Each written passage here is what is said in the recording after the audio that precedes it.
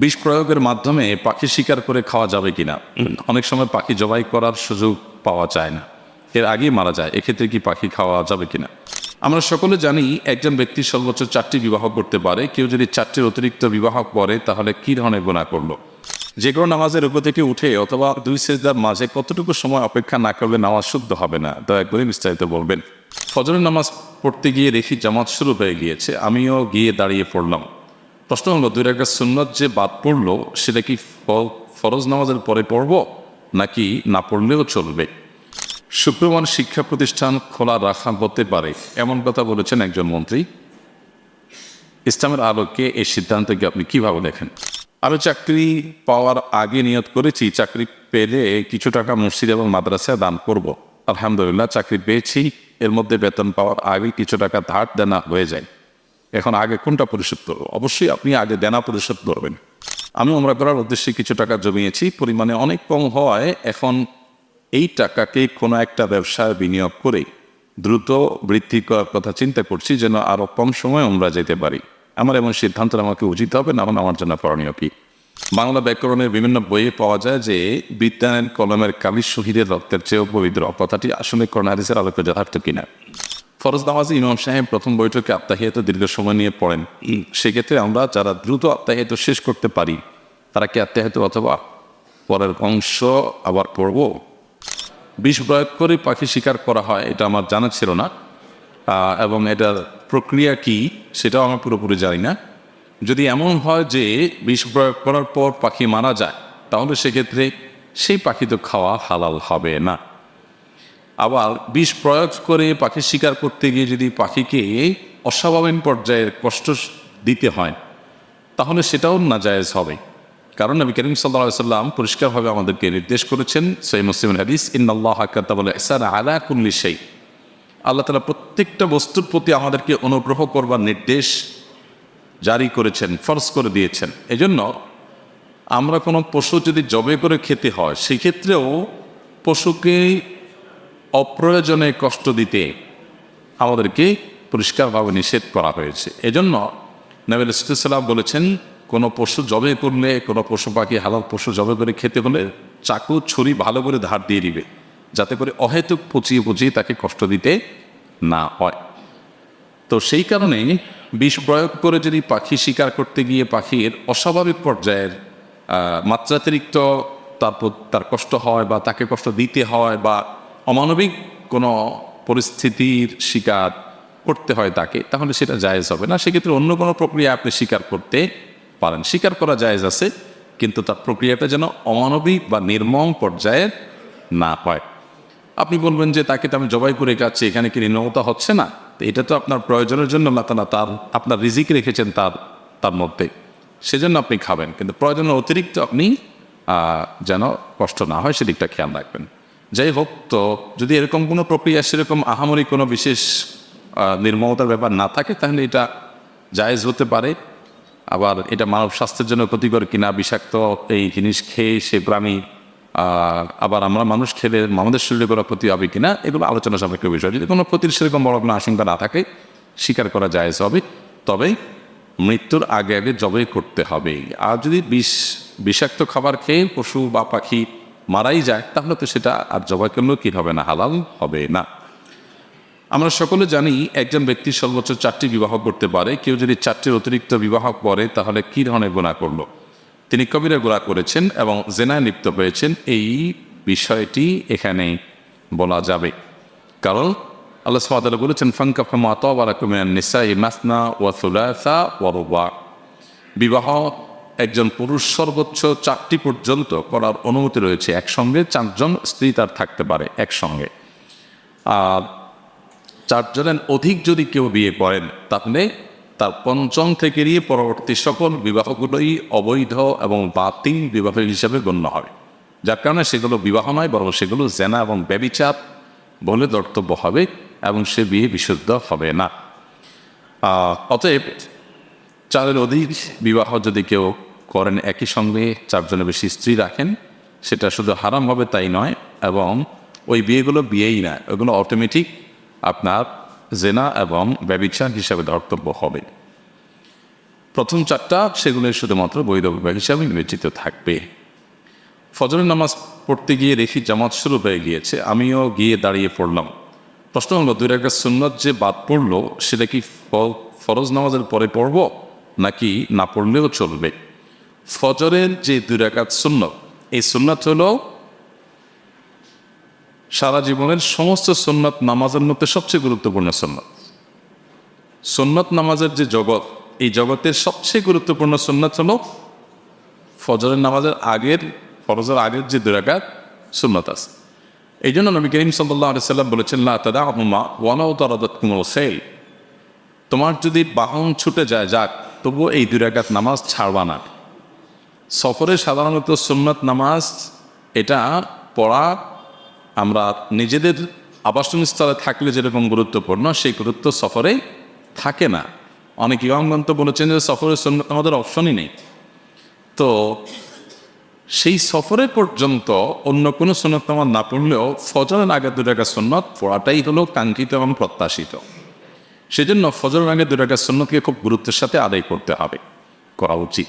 এখন প্রশ্ন হলো, জামাত শুরু হয়ে গেছে, আমি ফজরের সুন্নাত পড়তে পারি নাই, মিস হয়ে গেল, আমি কি করব? এর উত্তর হলো, পরে আমি এই সুন্নাতটা পড়ে দেব। সেই পরের ব্যাখ্যাটা কি? আমি কি ফজরের ফরজ নামাজের পরপর সালাম ফেরানোর পর ইমামের সাথে নামাজ শেষ করে তারপরে পড়বো, নাকি আরও দেরি করে পড়বো? আবার প্রশ্ন লিখেছেন, না পড়লে চলবে কিনা? না পড়লে চলবে বলতে ফরজ আদায় হয়ে যাবে, কিন্তু নিশ্চয়ই আপনি গুনাহগার হলেন, ক্ষতিগ্রস্ত হলেন, কারণ আপনি একটু গুরুত্বপূর্ণ সুন্নাহ ত্যাগ করেছেন। সেই জন্য এটা করা উচিত না। নবী করিম সাল্লাল্লাহু আলাইহি সাল্লাম একবার জোহর আগের সুন্নাত পড়তে পারেন নাই, মেহমান বা অন্য কোনো ব্যস্ততার কারণে তিনি একবার এরকম ঘটেছে মাত্র, সেটা পরে পড়ে দিয়েছেন। তো আমাদের জীবনে কালে বদলে এরকম হতে পারে, নিয়মিত হওয়া উচিত না। এবং অ্যারিস থেকে এটাও বোঝা যায় যে কোনো কারণে আগের সুন্নাত পড়েন নেই, সেটা পরে পড়ার সুযোগ আছে এবং পড়া উচিত। এখন কখন পড়বেন? এর উত্তর হলো যে ফজরের সালাম ফেরানোর পরে না পড়ে সূর্য উদিত হওয়ার 15-20 মিনিট পর এশাকের নামাজ রক্ত যখন হয়, তখন থেকে নিয়ে আপনি যখন খুশি যখন রাগ পর্যন্ত আপনি পড়লেন, এটা হলো উত্তম। ওই সময় পর্যন্ত অপেক্ষা করে পড়তে পারলে। আর যদি মনে হয় যে না, তখন আর পড়া হবে না, অনেক ওলামা ইকরাম ফজরের নামাজের পর সূর্য ওঠার আগে আগে এর মধ্যে পড়ার অনুমতি দিয়েছেন। এটা দায়িক আলোচনা, অনেক বিস্তারিত আলোচনা করা যেতে পারে। নবী করিম সাল্লাল্লাহু আলাইহি ওয়াসাল্লাম হাদিস রয়েছে, ফজর এবং আসরের পরে কোনো নামাজ নাই। এখানে নামাজ নাই বলতে কি বোঝানো হয়েছে, অনেক দীর্ঘ আলোচনার বিষয়। শুধু আমরা এটুকু জানি যে উত্তম হয় ইখতিলাফের ঊর্ধ্বে উঠে আমরা ফজরের ফরজ নামাজের পর এশাক রক্ত হবে সূর্য ওঠার 20 মিনিট পর, তারপরে আমরা এই সুন্নাত নামাজটা পড়ব। তখন যদি পান পড়লেন, না হলে জোহর ব্যাগ দিয়ে পড়ে দিলেন, এটা উত্তম।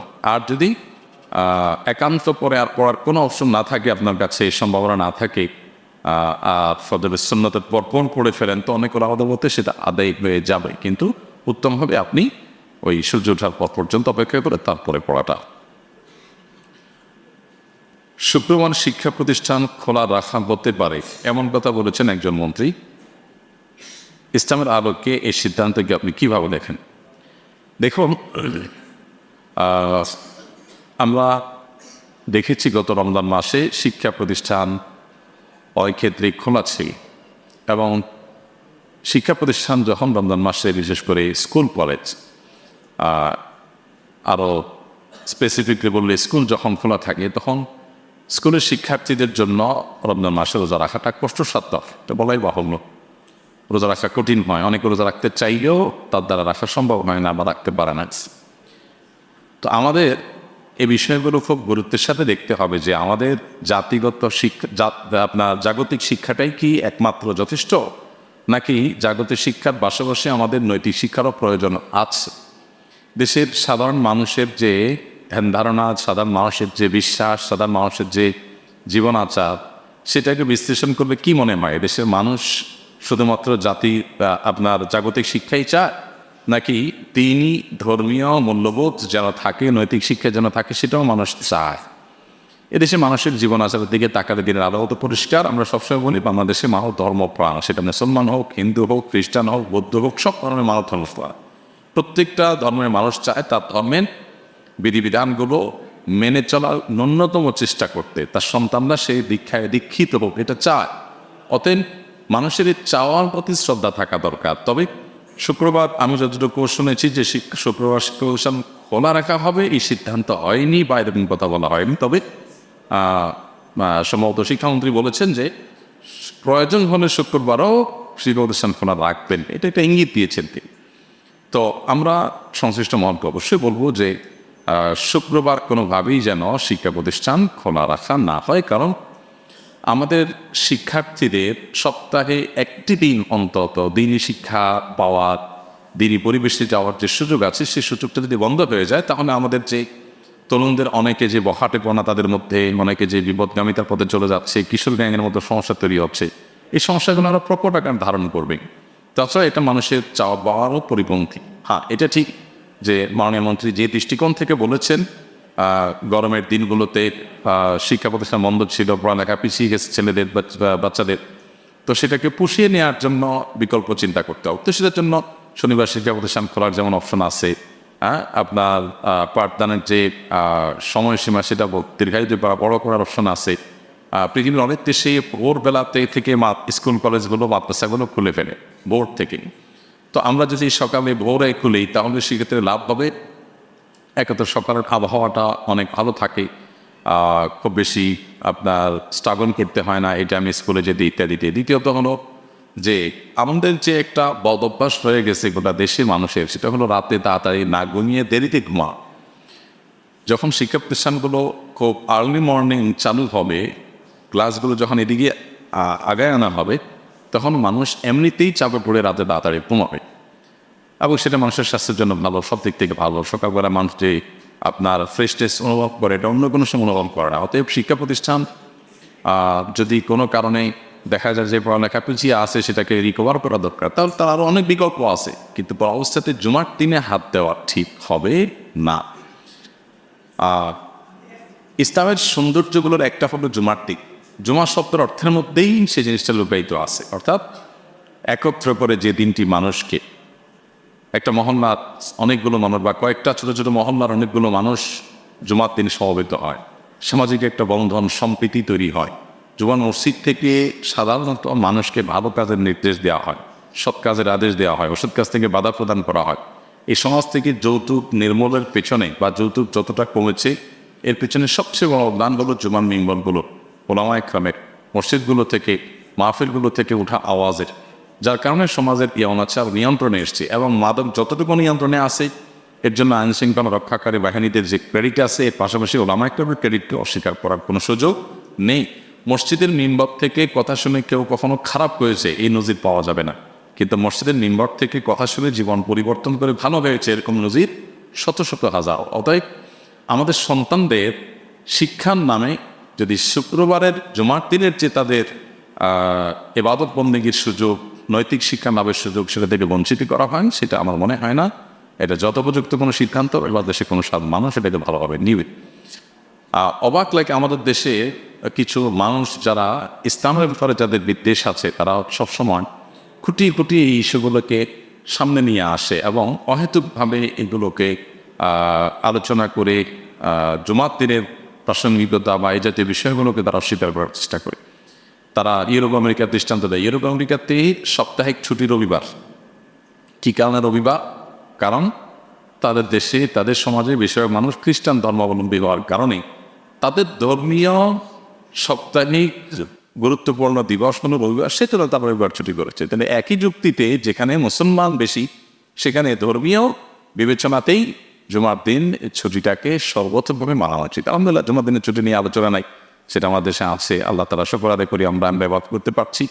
কিন্তু সেই সাথে শিক্ষা প্রতিষ্ঠানে যেন এরকম কোনো সিদ্ধান্ত না আসে যে শিক্ষার্থীরা শুক্রবার শিক্ষা প্রতিষ্ঠানে যেতে হয়। যদি হয় তাহলে সেটা খুবই দুঃখজনক হবে, বেদনাদায়ক হবে এবং আমার মনে হয় না যে এটাকে কেউই ভালোভাবে নিবে। ইসলামী শরীয়তের দৃষ্টিকোণ থেকে এটা কোনো প্রশংসনীয় উদ্যোগ হবে না। আমি আবারও বলছি যে জাগতিক শিক্ষার চাইতে আমাদের সন্তানদের নৈতিক শিক্ষার প্রয়োজন কোনো অংশে কম নয়। এটা এদেশের ধর্মপ্রাণ মানুষের, প্রত্যেকটা মানুষেরই কম বেশি চাওয়া যে তার সন্তান যেন স্বধর্মে শিক্ষা দীক্ষায় দীক্ষিত হয়, শিক্ষিত হয়।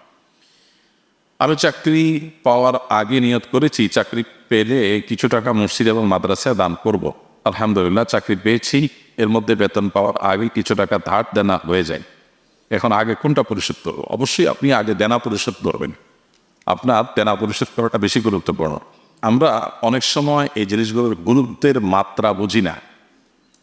আপনি নিয়ত করেছেন যে আল্লাহ আমার চাকরি হলে আমি মসজিদ মাদ্রাসায় কিছু দান করব, তো এইটা মানত হতে পারে, আবার সাধারণ নিয়ত হতে পারে। কখন মানত হবে, কখন সাধারণ নিয়ত হবে, মানতের সংজ্ঞা কী আর সাধারণ নিয়তের সংজ্ঞা কী, এটা আমাদেরকে জানতে হবে। যখন আমরা কোনো কাজ হওয়ার শর্তে দানের নিয়ত করব বা কোনো আমলের নিয়ত করব, সে আমলটা যদি তার ক্যাটাগরির আমল যদি শরীয়তে ফরজ থাকে, যেমন আপনি নিয়ত করলেন আল্লাহ আমি 2 রাকাত নামাজ পড়ব, আমার যদি চাকরিটা হয়, তাহলে এটা মানত হয়ে যাবে। কারণ একটা কাজ বলে সেক্ষেত্রে আপনি একটা আমল করবেন বলেছেন, নামাজ মৌলিকভাবে ফরজ ওয়াজিব এটা ফরম্যাট আছে বিদায় এরকম কোনো ইবাদত যেটা ফরজ ওয়াজিব মেজরিব ফরম্যাট আছে সেরকম কিছু করার নিয়ত করেছেন কোনো শর্ত সাপেক্ষে, সেটা মানাতে হবে। আর এমনি নিয়ত করেছেন যে আমি চাকরি হলে আমি একটু মসজিদে দান করবো, এটা জাস্ট মনের ইচ্ছা, এটা মানত পর্যায়ে না। জাস্ট আপনি বলেছেন যে বা নিয়ত করেছেন মনে মনে যে আমি এটা হলে এটা করবো। এই নিয়ত রক্ষা করাটা উত্তম কিন্তু আবশ্যক না, কিন্তু মানত রক্ষা করাটা আবশ্যক। কিন্তু মানত আবশ্যক হলেও যদি আপনার ধার দেনা থাকে, তার আগে মানুষের ধার দেনা দিবেন, তারপর আপনি মানত পুরা করবেন। কারণ মানুষের দেনা পরিশোধ করার গুরুত্ব এত বেশি যেটা মানতের চাইতেও বেশি গুরুত্বপূর্ণ। আমরা অনেক সময় দেখা যায় যে দান দক্ষিণায় পড়ছে, এদিকে মানুষ আমাদের কাছে টাকা পাবে, টাকা দেওয়ার খবর নাই, আমি দান করে বেড়াচ্ছি, এটা উচিত না। যে কোনো নামাজের উপর থেকে উঠে অথবা 2 সেজদার মাঝে কতটুকু সময় অপেক্ষা না করলে নামাজ শুদ্ধ হবে না, দয়া করে বিস্তারিত বলবেন। আমরা লক্ষ্য করছি কিছু কিছু ইমাম সাহেব এবং অধিকাংশ নামাজের মধ্যে এই সমস্যা রয়েছে। খুবই গুরুত্বপূর্ণ প্রশ্ন। রুকু থেকে উঠে যখন আমরা দাঁড়াবো কতটুকু সময় অপেক্ষা করব? মিনিমাম অপেক্ষা করার সময় হলো 1 তাসবিহ। আমরা একবার সুবহানাল্লাহ বলার সময় বা সুবহান রাব্বিল আযীম একবার আল্লাহর পবিত্রতা বর্ণনা করতে পারেন, এরকম সময় মিনিমাম অপেক্ষা করা ওয়াজিব। এতটুকু অপেক্ষা যদি আপনি না করেন নামাজ হবে না। এখন অনেককে দেখা যায় রুকু থেকে উঠে জাস্ট মাথাটা সোজা করে আবার তিনি সিজদায় চলে গেছে, তার নামাজ হবে না। সম্ভবত হুযায়ফা ইবনে ইয়ামান রাদিয়াল্লাহু তাআলা আনহু এরকম এক ব্যক্তিকে দেখেছেন খুব তাড়াহুড়ো করে নামাজ পড়েছে। তখন তিনি তাকে ডেকে বললেন, কতদিন তুমি নামাজ পড়ছো? লোকটা বলল, অনেক বছর ধরে নামাজ পড়ছি। তখন তিনি বললেন, তুমি যদি এই নামাজ রত অবস্থা এইভাবে নামাজ নিয়ে দুনিয়া থেকে যাও, সংশোধন না করো, পরিবর্তন না করো, তাহলে তুমি জেনে রাখো মুহাম্মদ সাল্লাল্লাহু আলাইহি সাল্লাম যে দিন নিয়ে এসেছেন তুমি সেই দিনের উপর তোমার মৃত্যু বলো না, তোমার নামাজ কাউন্টেবল না, আল্লাহর কাছে গ্রহণযোগ্য হবে না। তার মানে কি দাঁড়ালো যে তাড়াহুড়ো করে যদি নামাজ পড়ি আমরা উপস্থিতিটা ঠিক মতো না করে নামাজ হবে না। নবী করিম সাল্লাল্লাহু আলাইহি সাল্লামের মসজিদে এক লোক এসে 2 রাকাত নামাজ পড়লেন। নামাজ পড়ার পর লোকটি এসে নবী সাল্লাল্লাহু আলাইহি সাল্লামকে সালাম দিলেন। নবী সাল্লাল্লাহু আলাইহি সাল্লাম সালামের জবাব দিয়েছেন। এরপর তাকে বললেন, ইরজি' ফাসাল্লি ফাইন্নাকা লাম তুসাল্লি, যাও তুমি আবার নামাজ পড়ো, কারণ তুমি নামাজ যেটা পড়েছো এটা হয়নি। লোকটা আবার নামাজ পড়লেন একইভাবে, তাড়াহুড়া করে পড়লেন। রুকু থেকে উঠে সোজা হয়ে অপেক্ষা করা ছাড়া আবার সিজদায় চলে গেছেন, সিজদা থেকে মাথা একটু উঠে আবার সিজদায় চলে গেছেন, সোজা হয়ে বসে অপেক্ষা করেন নাই। তখন নবী করিম সাল্লাল্লাহু আলাইহি সাল্লাম তাকে নামাজ শিখিয়ে দিলেন এবং বললেন, রুকু থেকে তুমি দাঁড়াবে হাত্তা তাতমাইন্না কায়েমান, তুমি রুকু থেকে মাথা সোজা করে স্থির হয়ে অপেক্ষা করবে, এরপর সিজদায় যাবে। আবার সিজদা থেকে উঠে যখন তুমি বসবে তখন তুমি বসবে যে এই বসাটা হবে প্রশান্তভাবে, সঠিকভাবে সোজা হয়ে তুমি বসবে, এরপর তুমি সিজদায় যাও। তাহলে রুকু থেকে উঠে সোজা হয়ে দাঁড়িয়েই সাথে সাথে চলে গেলাম, সিজদা থেকে মাথাটা একটু উঠায়া অর্ধেক উঠায় আবার চলে গেলাম, নামাজ হবে। আপনাকে উঠায় সোজা টান টান করে অন্তত সুবহানাল্লাহ এটুকু বলার মতো, মানে সোজা হয়ে অন্তত টান টান হয়ে এরপরে আপনাকে যেতে হবে, সেটা হোক একবার সুবহানাল্লাহ বলার সময় হবে না। তবে উত্তম হলো রুকুতে যে পরিমাণ সময় আপনি দিয়েছেন, রুকু থেকে মাথা সোজা করার পর ওইটার কাছাকাছি পরিমাণ সময় দিবেন। এই আমল তো এখন নাই বললেই চলে, এটাই হলো সুন্নাহ। কারণ হাদিসের ভাষ্য হলো কারিবা মিনহু আই কারিবা মিনার রুকু। আপনি রুকু থেকে যখন উঠবেন তখন উঠিয়ে দাঁড়িয়ে কতক্ষণ অপেক্ষা করবেন? রুকুতে যতক্ষণ ছিলেন তার কাছাকাছি। আবার সিজদা থেকে উঠে যখন বসবেন, সিজদা যতক্ষণ ছিলেন সিজদা থেকে উঠে সিজদার যে টাইমটা আপনি ব্যয় করেছেন তার কাছাকাছি সময় ব্যয় করবেন। তাহলে সোজা কথা 3 বার তাসবিহ পড়েছেন কমপক্ষে, সুবহান রাব্বিয়াল আলা, সুবহান রাব্বিয়াল আলা, সুবহান রাব্বিয়াল আলা। তো কমপক্ষে 2 বার পড়ানোর মতো সময় আপনাকে বসে অপেক্ষা করা নির্দেশনা দেওয়া হচ্ছে, এটা হলো উত্তম। আর যদি 2 বার না পারেন কমপক্ষে 1 বার সঙ্গে অপেক্ষা করবেন।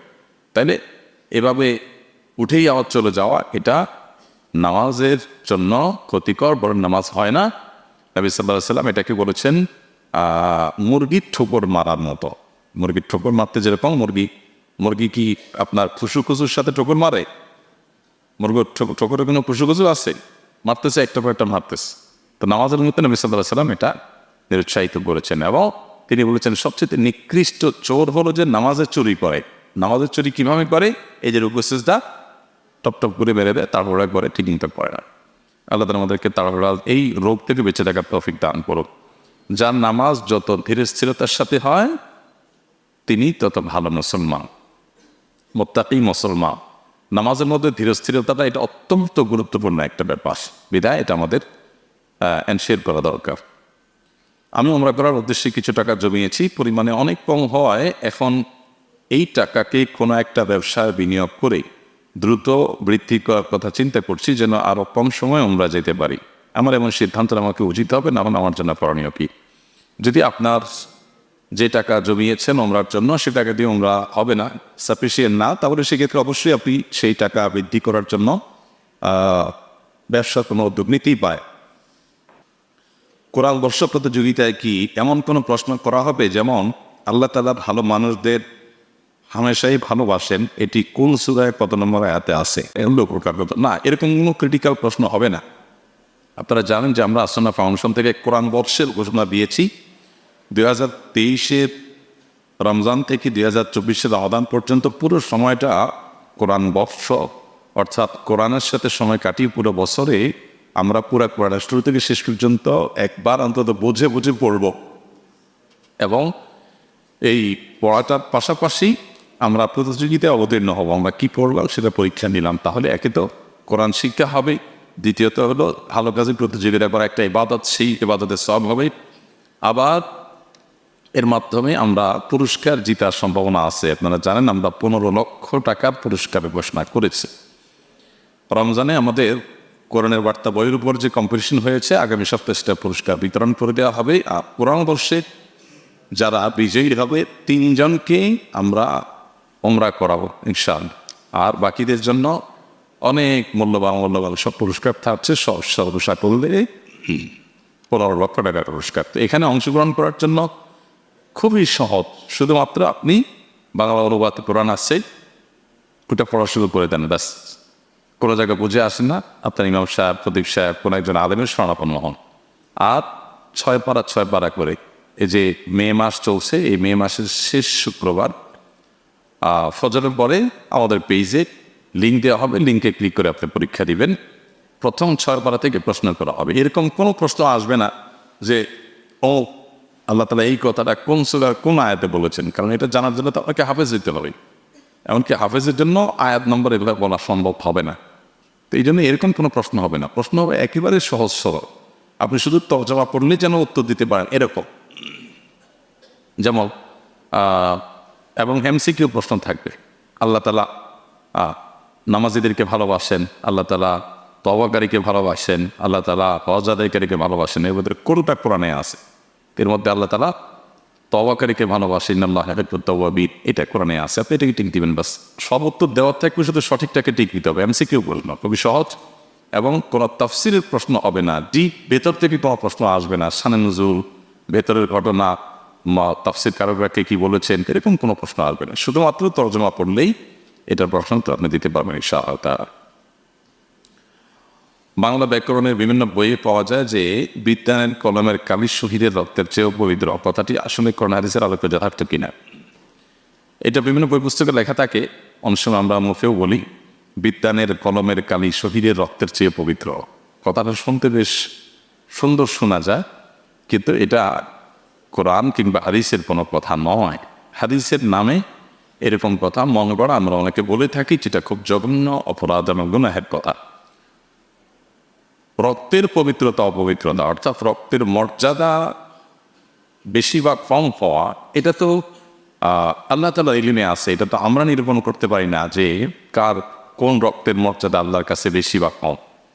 তো আল্লাহ তাআলা যদি এরকম কোনো কথা না বলেন, তার রাসূল সাল্লাল্লাহু আলাইহি ওয়াসাল্লাম থেকে যদি এরকম কোনো কথা বর্ণিত না হয়, তাহলে নিজের মন গড়া এরকম কথা বললে সেটা গুনাহ হবে। অবশ্যই জ্ঞান অর্জন করার ব্যাপারে ইসলাম আমাদেরকে উৎসাহিত করেছে। ইসলাম তো সেই ধর্ম যে ধর্মের প্রথম নির্দেশই হলো যে পড়ো। অতএব জ্ঞান অর্জনের গুরুত্ব নিয়ে আমাদেরকে কোনো জাল হাদিসের, কোনো ভুয়া হাদিসের, ভিত্তিহীন নবীর নামে মিথ্যা কথা বলার কোনো প্রয়োজন নাই। আমরা জ্ঞান অর্জনের গুরুত্ব আপন জায়গায় বর্ণনা করতে পারি বিভিন্ন বিশুদ্ধ হাদিসের আলোকে, আয়াতের আলোকে, বিভিন্নভাবে। কিন্তু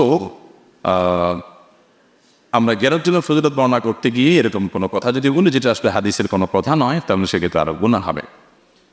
মান কাযাবা আলাইয়া মুতাআম্মিদান ফালিয়াতাবাওয়া মাকআদাহু মিনান নার। নবী সাল্লাল্লাহু আলাইহি ওয়াসাল্লাম বলেছেন, যে ব্যক্তি নবী সাল্লাল্লাহু আলাইহি ওয়াসাল্লামের নামে মিথ্যা কথা বলবে, তিনি বলেন নাই অথচ তিনি বলেছেন বলে বলবে, তাহলে সে যেন তার ঠিকানা জাহান্নামে নিশ্চিত জেনে রাখে। এটা খুবই জঘন্য কথা। এই জন্য এই ধরনের উক্তি আমরা করবো না। জ্ঞানের মর্যাদা আপন জায়গায় আছে। একজন মানুষ আল্লাহর রাহে জীবন বিলিয়েছেন, শাহাদাতের মর্যাদা পেয়েছেন, তার মর্যাদা আপন জায়গায়। অতএব আপনার যিনি পড়ালেখা করছেন, জ্ঞানী মানুষ, তার কলমের কালি, এটার মর্যাদা শরীরের রক্তের চাইতে উত্তম, এরকম কোনো কথা কোনো হাদিসে বর্ণিত হয়নি। কোনো বিশুদ্ধ হাদিস দ্বারা এটি প্রমাণিত নয়, কোরআনে তো থাকার প্রশ্নই ওঠে না। ফরজ নামাজে ইমাম সাহেব প্রথম বৈঠকে আত্তাহিয়াত দীর্ঘ সময় নিয়ে পড়েন। সেক্ষেত্রে আমরা যারা দ্রুত আত্তাহিয়াত শেষ করতে পারি, তারা কি আত্তাহিয়াত অথবা পরের অংশ আবার পড়ব? হ্যাঁ, আত্তাহিয়াত আপনি পড়ে ফেলছেন, ইমাম সাহেব এখনো উঠছেন না, আপনার একটু আগে হয়ে গেছে, তো যদি মনে হয় যে সামান্য 2-1 সেকেন্ডের ব্যাপার, তিনি অপেক্ষা করেন। ইমাম সাহেব যখন উঠবেন তখন উঠে যাবেন। আর যদি মনে হয় যে না আরো লম্বা সময় লাগছে, তাহলে আপনি আত্তাহিয়াতুর শেষের অংশটা আপনি বারবার পড়তে পারেন। আশহাদু আল্লা ইলাহা ইল্লাল্লাহু ওয়া আশহাদু আন্না মুহাম্মাদান আবদুহু ওয়া রাসূলুহু। 4 রাকাত বিশিষ্ট ফরজ নামাজে 2 রাকাত ইমামের সাথে পেলাম। আমাদের প্রথম বৈঠক ইমামের শেষ বৈঠক। সেক্ষেত্রে আমরা কি আত্তাহিয়াত পড়া শেষ করে কি পড়তে পারি? এক্ষেত্রে 2-3টা অপশন আছে।